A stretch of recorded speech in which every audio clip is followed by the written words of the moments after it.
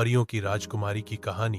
बादलों के ऊपर, आकाश के उस पार, जहां इंद्रधनुष रोज खिलते हैं, वहां एक सुंदर महल था, चमचमाता, नीले सफेद बादलों से बना। इस जादुई महल की राजकुमारी थी जैसरानी। वह परियों की रानी की सबसे छोटी और सबसे प्रिय बेटी थी।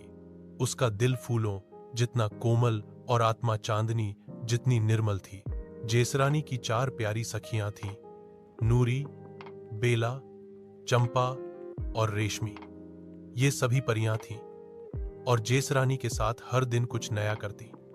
कभी इंद्रधनुष पर फिसलती, कभी तारों से बात करती, तो कभी बारिश की बूंदों में नाचती।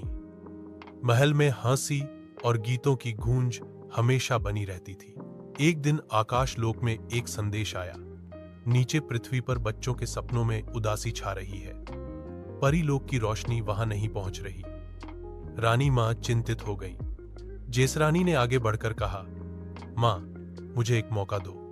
मैं अपनी सखियों के साथ जाकर बच्चों की खुशी लौटाऊंगी। रानी ने उसे प्यार से गले लगाया और कहा, जैसरानी, तुम्हारा दिल बहुत बड़ा है, लेकिन रास्ता कठिन है। तुम्हें हिम्मत, दया और जादू, इन तीनों का संतुलन रखना होगा। जैसरानी और उसकी 4 सखियां बादलों की सीढ़ियों से उतरती हुई पृथ्वी पर आईं। उन्होंने देखा कि बच्चे परेशान हैं, कोई अकेला है, कोई डर से कांप रहा है, कोई अपने सपनों को भूल रहा है। जैसरानी ने अपनी पहली जादू की बूंद एक छोटे लड़के पर डाली जो डरावने सपने देखता था।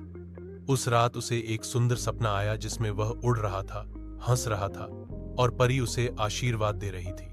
बेला ने एक लड़की को हौंसी दी जो बहुत दिनों से रो रही थी। चंपा ने फूलों से भरा बगीचा बना दिया जहां बच्चे खेल सके।